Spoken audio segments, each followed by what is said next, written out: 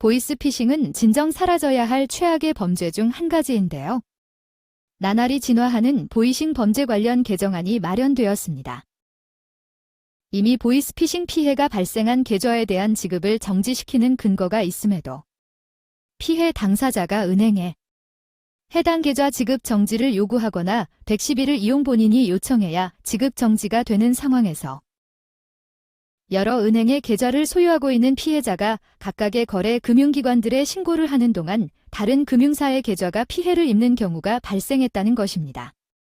이렇게 나쁜 인간들을 어떻게 해야 할까요? 댓글로 의견 주세요.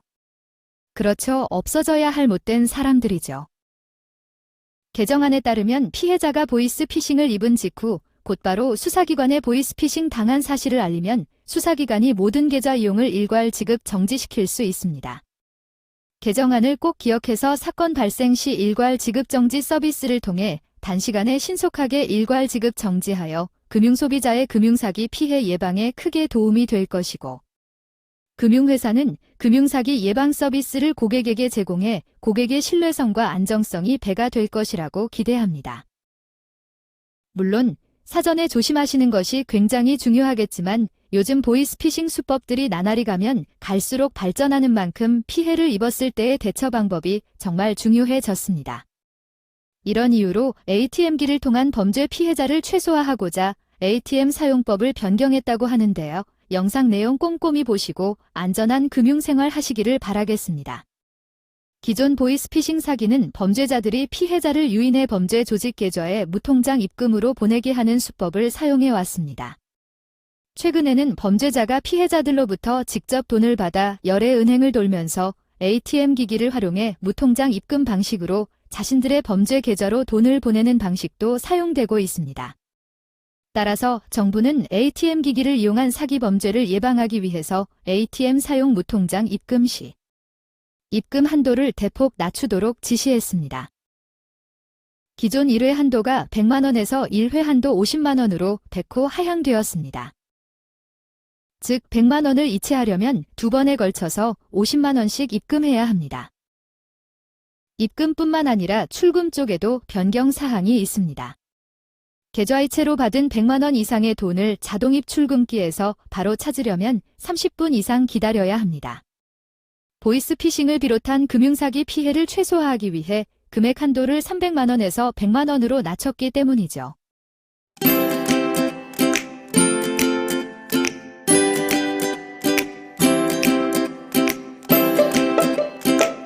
입금한 돈을 상대방이 ATM기에서 현금으로 인출하는 경우 100만 원 한도로 출금이 제한됩니다. 입출금 한도를 제한함으로 인해 보이스피싱 피해 최소화 및 피해 예방을 기대하고 있습니다. 큰 돈을 찾게 될 때는 ATM보다 은행 창구를 사용해야 할 것 같습니다. 단 기존 계좌에 있던 돈은 자유롭게 찾을 수 있습니다. 통장에 1000만 원이 있었는데 100만 원이 새로 들어왔다면 1000만 원은 30분을 기다리지 않아도 찾을 수 있는 거죠. 앞으로 은행에서 500만 원 혹은 1000만 원 이상 현금을 인출하면 성별이나 나이 등 고객 특성에 따른 맞춤형 문제를 실시합니다.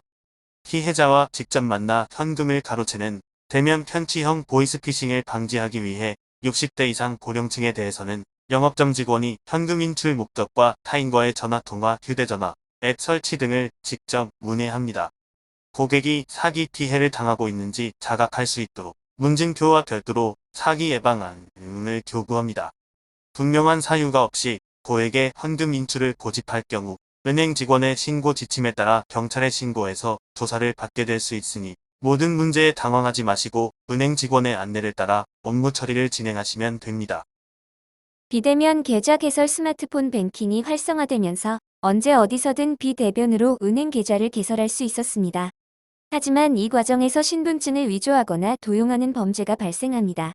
실명을 확인하는 과정에서 신분증에 나와 있는 주민등록번호, 발급번호 등 신분증의 진위를 확인하는 것이 어렵기 때문입니다.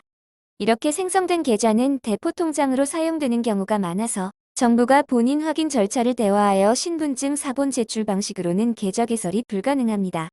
추가로 신분증 사진과 실제 계좌 신청인의 얼굴을 비교할 수 있도록 비대면 계좌 개설 절차를 더욱 강화합니다. 이렇게 비대면으로 계좌를 개설하고 오픈뱅킹에 가입하는 경우 3일 동안 자금 이체가 불가능해집니다. 이 또한 범죄자가 비대면으로 명의를 도우며 계좌를 개설하고 오픈뱅킹을 통해 금전을 편취하는 범죄 피해를 막기 위해서입니다. 또한 안전을 이유로 얼굴 전체가 ATM기 카메라에 확인되어야 거래가 진행됩니다. 선글라스나 마스크 또는 안대를 하거니 모자를 푹 눌렀어도 마찬가지입니다. 다만 성형수술이나 안면, B형으로 얼굴을 가린 경우 미리 은행에 알리면 금액 제한 없이 ATM을 이용할 수 있습니다. 개정된 은행 업무 수행 방식에 대해서 알아보았습니다. 앞으로도 더 다양한 방식으로 여러 보호 방안이 마련될 것으로 보이기에 궁금한 점은 거래 금융기관과 금융감독원 홈페이지를 참고하시고 본 영상을 숙지하여 만사에 주의를 해야 하겠습니다. 지금까지 무기와 함께 새롭게 바뀐 은행 업무 수행 방식에 대해 알아봤습니다. 금융관리에 만전을 기하셔서 금융재산을 관리하시기 바랍니다.